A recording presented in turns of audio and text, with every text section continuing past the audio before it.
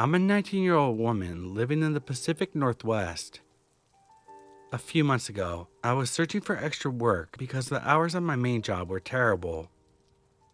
I'm a quiet, anxious person with no friends, so I turned to Craigslist. I knew the site could be sketchy, but I was desperate for side gigs, and as someone with no skills and not willing to do sex work, I hadn't had much luck. One ad caught my attention. It offered $50 to take photos of a property using a camera or something better than an iPhone 12. I have an iPhone 14, with a premise that it would only take an hour or two. I emailed the poster and quickly received a text back. The man said I was a perfect fit and invited me over the same day. I actually posted this on Too Afraid to Ask, asking if it was a dumb idea, and people told me to bring someone with me. I didn't listen, and I deleted the post shortly after. The house was about 20 minutes outside of town, surrounded by dense forest. It was small and run down, but nothing that immediately set off alarms. He came out of the house and walked down to my car. Appeared to be in his 50s, unremarkable, just a regular guy. He invited me inside. The house was completely empty, no furniture, just dust and dirt. I asked him where to start taking photos, but he kept dodging the question, making small talk and asking personal questions about me instead. My anxiety started building, so I kept the conversation going, but then he started staring at me in a way that made me uncomfortable. Eventually, we started taking photos through the house. At one point, I dropped my phone, and when he picked it up, he held onto it for a bit too long before giving it back. Then, when taking pictures in the master bedroom, he brushed my face with his hand and complimented my skin. At that moment, I knew I had made a huge mistake by coming here. My blood ran cold, and I stopped making excuses for his behavior. I quickly made up an excuse to leave, something about my mom, but as I turned towards the door, he grabbed my arm. I still have a photo I took of the bruises on my forearm afterward. It felt like he was going to snap it in half. I had brought a small knife for self-defense, a gift from my paranoid mom. Without thinking, I pulled it out and stabbed him in the arm. That knife released with a push of a small button. He let me go, swinging the knife at my arm, but I was already running out of the house. I made it to my car and drove until I found a gas station where I could finally slow down my racing heart. I called the police and told them everything. They took me seriously, and I went in to file a report and answer questions. They searched the property and the surrounding forest but couldn't find him. The house turned out to be abandoned, and in the basement, they found a pack of zip ties. They filed a report, but he's still out there. I check in with the police every now and then, but there's never any new information. I've never told anyone about this, not even my mom. Writing this now, I realize I probably sound unbothered, but it was the first time anything like this ever happened to me, and now I can barely leave the house some days. I decided to post this here just to get it off my chest because it constantly haunts me. To the man who lured me to the house, let's never meet again.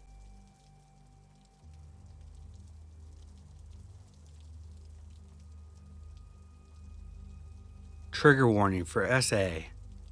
I'm not sure if this is the right place, but I want to share my story so people can learn from my mistakes. For context, I was 17 at the time, and now I'm 18. This happened just before I turned 18.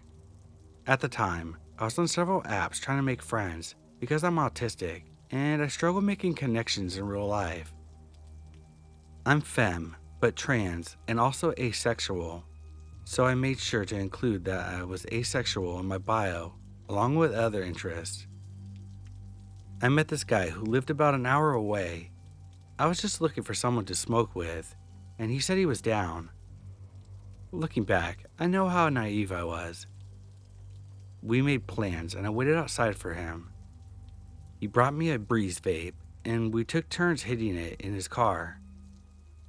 We had some really deep conversations, and immediately clicked, which I thought was amazing. until he got very high. I'm impulsive, and I don't always know my limits. I was getting cold, so I told him we should head back inside. He agreed to walk me to my window. I was stumbling, barely able to see straight, and once we reached my driveway, he asked me for a hug. I thought he was kinda cute, so I hugged him. Then, out of nowhere, he was behind me with a knife to my neck. At first, I tried to fight back, but it quickly became clear that doing so wasn't helping. Fighting back actually made things worse for me. In that moment, I honestly thought I was going to end up in another true crime story, so I decided to start listening to him in hopes that he might spare my life. At the same time, I tried to leave as much evidence as I could, in case listening didn't get me out of it. I saw scars on his thighs, and managed to appeal to whatever humanity he had left by saying, "I saw your scars. You're just like me. You're hurting. But this won't stop the hurt. It will only soothe it temporarily." I don't know how I stayed calm enough and logical in such a panicked state, but those words ended up being the reason I got out of there alive. He eventually let me go, but only if I agreed to meet him again. I agreed, then immediately went inside, tended to my cut thumb, and blocked him on everything. I kept the messages just in case I ever had the courage to go to the police, but of course, I never met up with him again. What scares me the most is how much we had in common, our mentality, our personality. It's terrifying. I know predators often say things they don't mean, but our conversations felt so real. Please learn from my mistake and never meet up with someone you meet online. It's not worth the risk. Stay safe out there.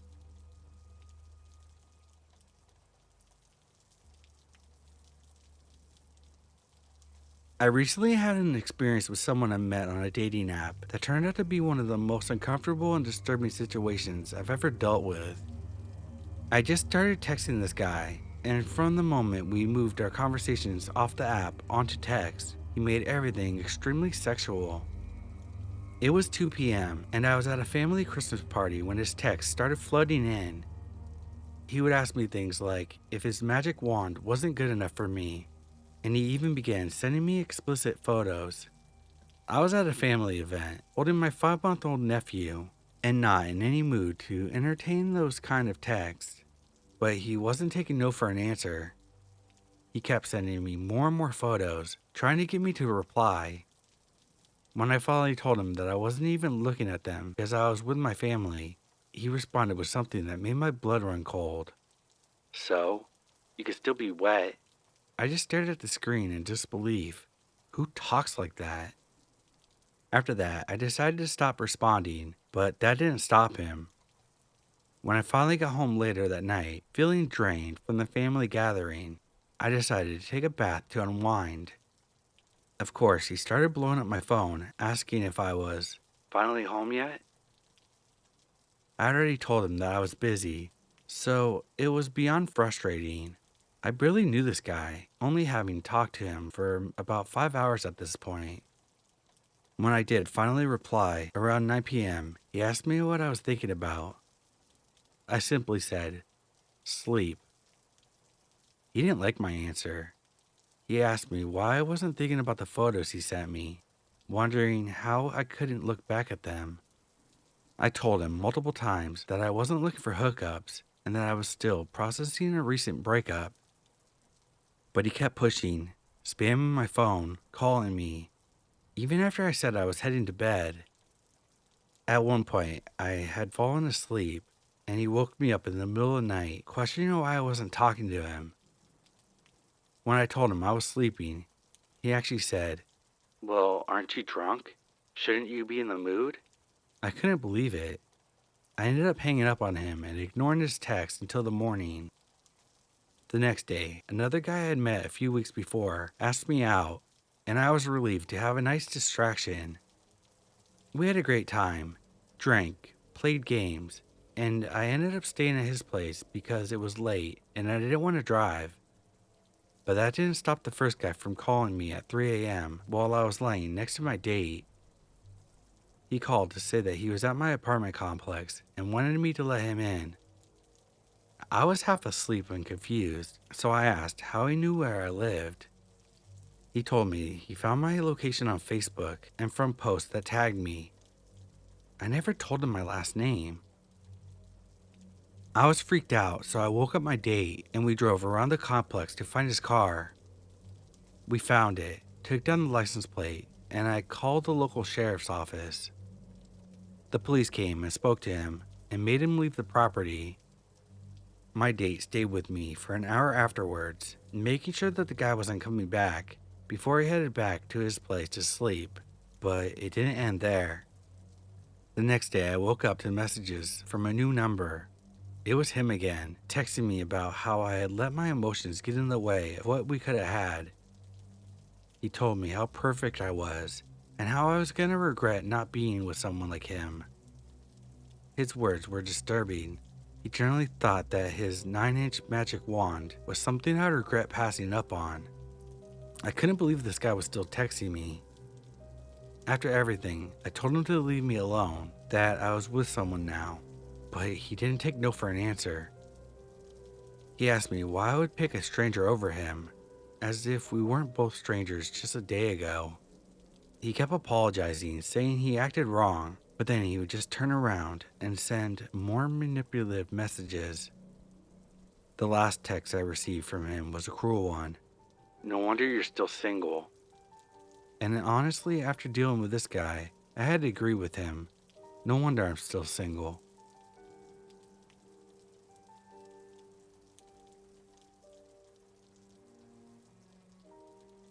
Trigger warning for this story. This is a pretty messed up story. Please don't judge me. I was only a kid, and kids really make dumb mistakes. I'm a female. When I was 15, I used to talk to people online. One man, who claimed to be 26, said that he would pay me a lot of money to pretend to be his girlfriend to his family. Then his request became more disturbing. He said he wanted to have a baby with me for $20,000. He then suggested that my friend and I go to his house and do some very messed up things with him for a lot of money. My friend and I planned to get the money from him and then run away. We were very stupid and should have told our parents what he was saying to me. We decided to meet up with him one day in a crowded area so he couldn't kidnap us. He looked much older than 26 and was fat and scary looking. He bought us some smokes and gave us $50, saying that he would give us the rest that night when we met up again. When we left, he texted me, saying that he could see my underwear through my shorts. I was really creeped out. But being young and dumb, my friend and I were determined to get the money and then report him to the police. We meet up across the road from a park in front of some houses. He was in his car and told us to get in. I said, "Show us the money." He showed us about $1,000. I said, "Pass me the money, then we'll get in the car." But he insisted I get in the car first. I sat on the edge of the seat and he said, "Now tell her to get in the car too, and I'll give it to you." I refused and said, "Give it to me first."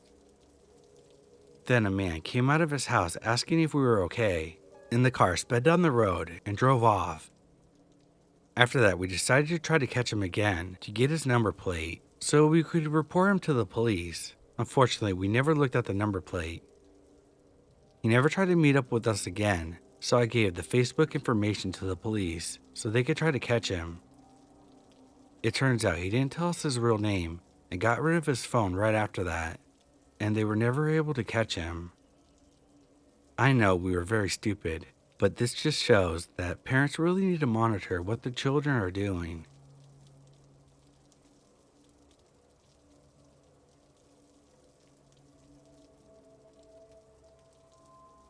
This isn't something I'd normally post, and I hope I don't regret it somehow. I saw someone briefly mention this subreddit in a YouTube video and thought that it'd be a perfect place to share my story of a horrific thing that happened to me, a story I've never told anyone. Trigger warning. I'd like to warn everyone that I will be briefly mentioning sexual assault with as little details as possible. 1 year ago, around this time, I was bored and scrolling the web. Nothing unusual for me. I decided to go on Omegle, Omegle was a website that allowed you to talk to strangers via video or text chat. It was around for a long time, and I used it frequently when I was younger, as a time waster.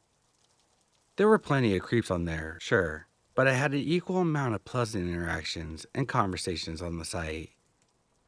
On Omegle, you can type in tags, basically keywords that describe what type of conversation or person you're looking for, and you'd match with someone with the same ones.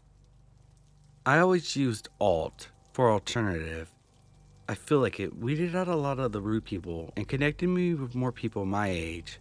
For reference, I was 19 at the time. I connected with someone who called himself Kane, and we started chatting via text. He said he was 23, and I told him my age back. We exchanged small talk, and before I knew it, we were talking all night. I mean, all night. We lived in the same time zone, and I had stayed up until 6 a.m. chatting with him about philosophy, life, and our interest, just because he was entertaining and I was having fun. When we were talking about our general areas that we lived in, he abruptly said, "We should meet up sometime." I laughed, but it turned out he was serious, and it turns out that we only lived about 3 or 4 hours away from each other. So he was really considering this. I'm an anxiety-ridden person, but for some reason, I thought he might be normal due to the fact that I spent hours and hours talking to him, and I didn't pick up on any red flags. So I said, sure, why the hell not? I know. This is an incredibly stupid mistake. I have a big heart though, and frequently make mistakes giving others the benefit of the doubt. So just like that, we started planning our camping trip. He was set on doing it just days after that morning, because that's when he was off work next.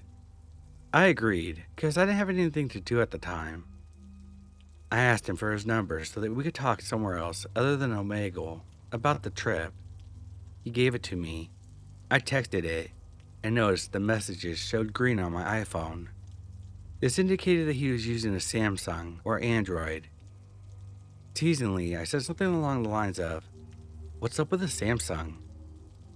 After a few minutes, he texted me back saying he had 2 phones for work. That was the first red flag that went off in my head.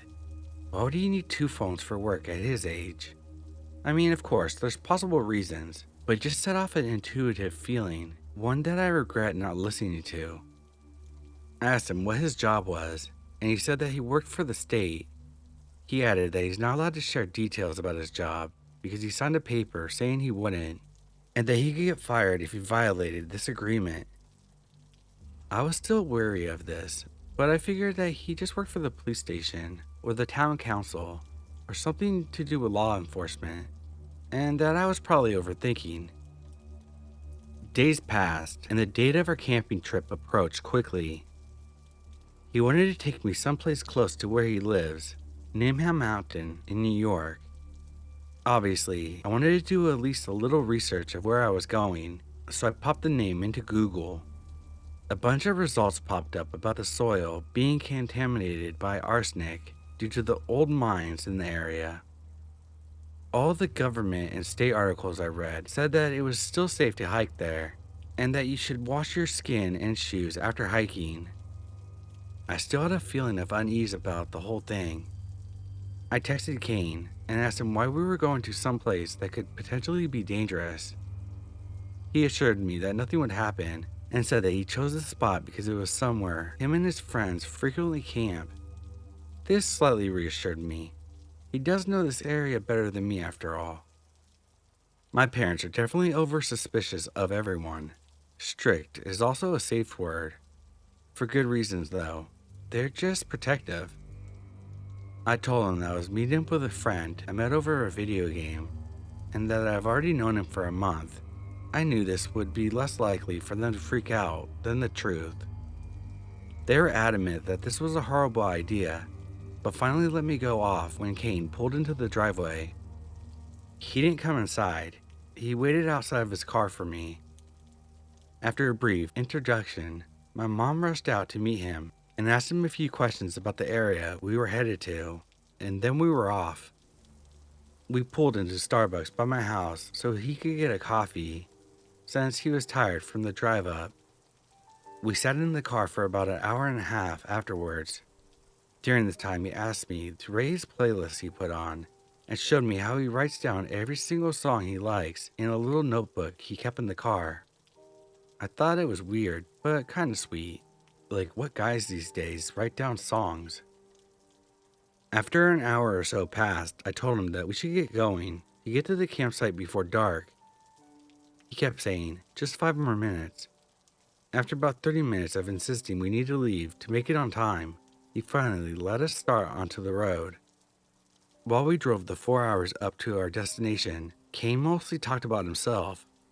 He told me long stories about his friends and a girl that he used to date that he doesn't like. I thought this was strange. Who talks about another woman to a girl like this? After telling stories for about 2 hours, I tried to deviate to a brighter topic and asked what kind of things he's into, hobby-wise. I already knew the stuff that he told me online, but I was trying not to suffer from awkward silence or any more of his weird ramblings. He said that he thinks that eating healthy is important and that people who eat junk food are stupid. He also said he only wears sustainable clothing that's made from cotton or wool. I don't have a problem with being sustainable, but he was saying it in a really obnoxious way. He turned to me and asked the first question about me since we got in the car. What brought you to Omegle? I told him that I was bored and that I like to meet new and interesting people, and that was about it. He nodded slowly in thought and grinned, showing the most expression I've seen on his face so far. He said he likes to go on Omegle and tell people that he's a soldier in Russia and that he was torturing people as he spoke to them. I sat there in silence and kind of just stared at him, waiting for him to say that he was just kidding and that he had some fucked up sense of humor. But he didn't. He just laughed and said, "What?" As we were nearing the campsite, I mentioned that I was getting kind of hungry. He said that he can stop at Whole Foods before going to camp for the night. In my head, I sighed about this, knowing that he was probably going to judge me for whatever I picked out there. But it wasn't a problem for me, and I was hungry, so I agreed. In Whole Foods, he made me pay for both of our meals because his card wouldn't work there. He didn't even try. This annoyed me, but I was just eager to get to camp, so I paid and we sat down outside to eat. After about an hour, we were finally ready to get to camp. We drove up the mountain and he pulls into a small parking area with about 3 spots. Cars were parked there, an older man surrounding the car smoking weed. Nothing wrong with that, but it just made me feel uncomfortable that they were there so late at night. Before I could even mention it, Kane says that it's too cold for him to carry our supplies up to the campsite and set up camp, which was about a 10-minute walk. I was taken aback by this. I said, "What do you mean? I'll help you. We didn't come all the way up here for nothing." He insisted and told me to get out of the car to feel how cold it was. He said it would take a while to pitch the tent and that it was too much for us. There was no way I was getting out of the car and facing the men in the parking lot next to us, so I rolled down the window halfway and stuck my hand out. It was freezing. He was right about that. That night, it was in the 30s, and the wind chill felt much worse. I was annoyed but agreed in sleeping in the car for the night, but I was sad that our trip was basically wasted. He sat there in silence for a while, seemingly uncomfortable that I was annoyed and unsure how to comfort me. I sank into the passenger seat and started to scroll on social media, trying to pass the time. He grabbed my phone out of my hand and said, "Come here," and patted his lap. I was already annoyed at the situation and confused what he thought he was doing. I said, "You're funny," and reached for the phone that he tossed on the floor of the car. Before I could get it, he reached over and scooped me up out of the seat, tossed me onto the back seat. He then proceeded to rape me. I don't remember most of it. My eyes were squeezed shut and I was praying for it to end. After he was done, he pushed me back into the seats and got dressed. He smiled at me and said, "How was it?" I just stared back at him with tears in my eyes. He climbed back into the front seat, popped his feet on the wheel, and went to sleep. I didn't know what to do.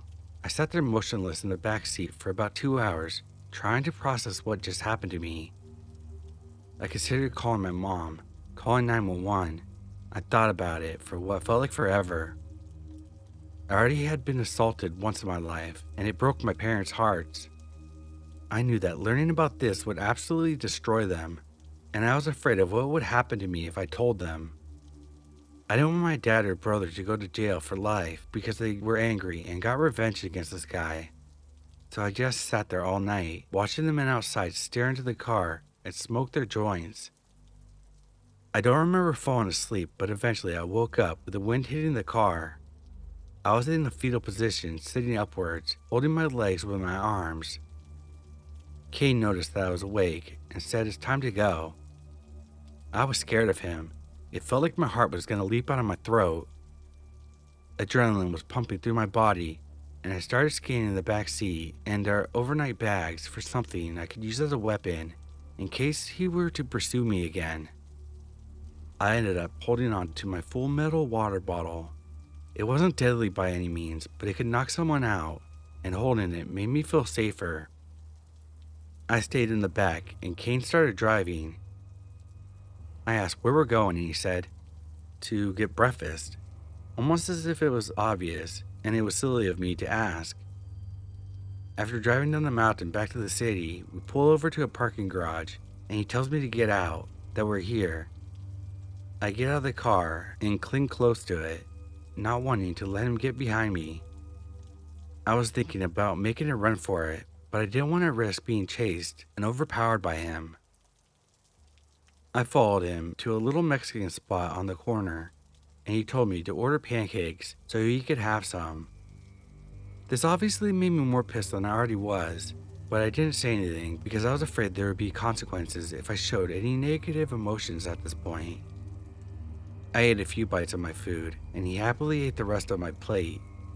He paid quickly with cash and took me back to the car, where he laid down in the back seat.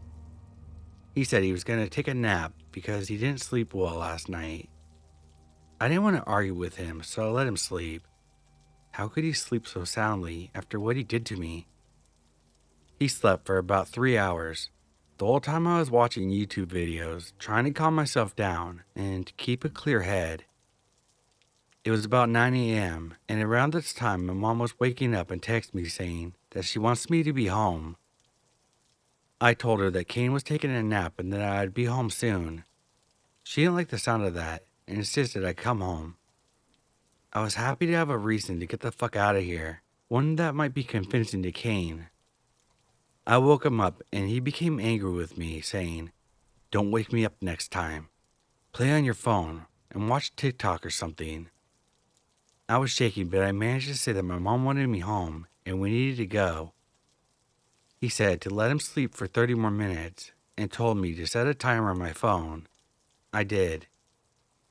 30 minutes felt like 30 hours, and once it went off, I woke him up again.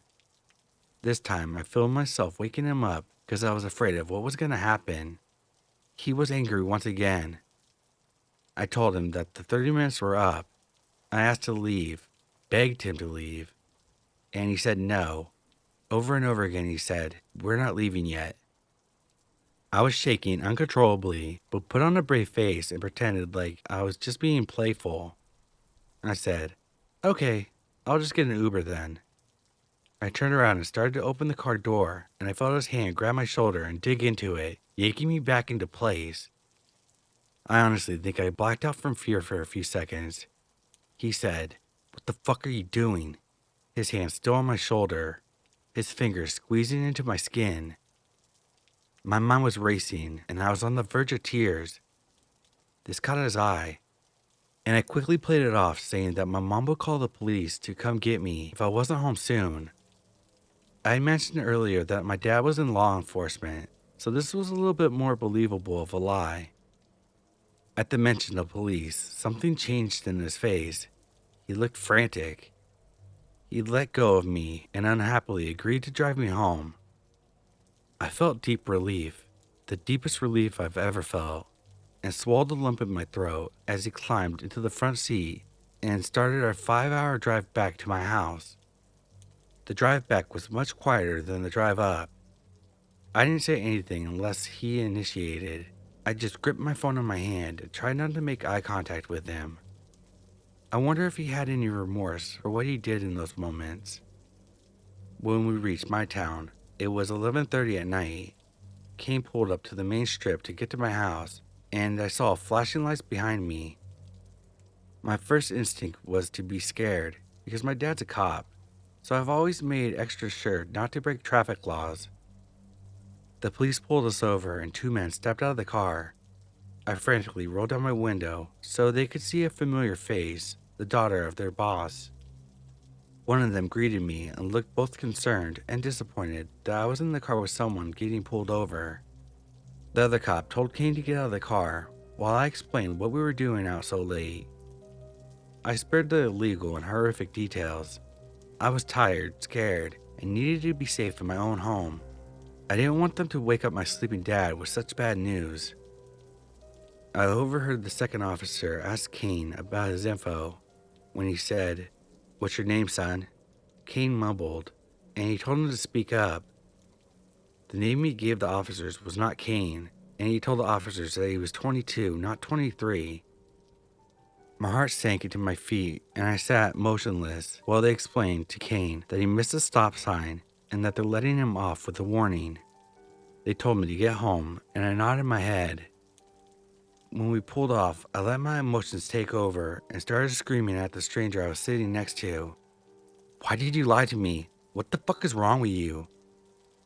He looked distressed from the volume of my yelling and told me to calm down, that he was sorry he lied. He said that he only lied about his identity for his own safety. That honestly baffled me. He had just assaulted me.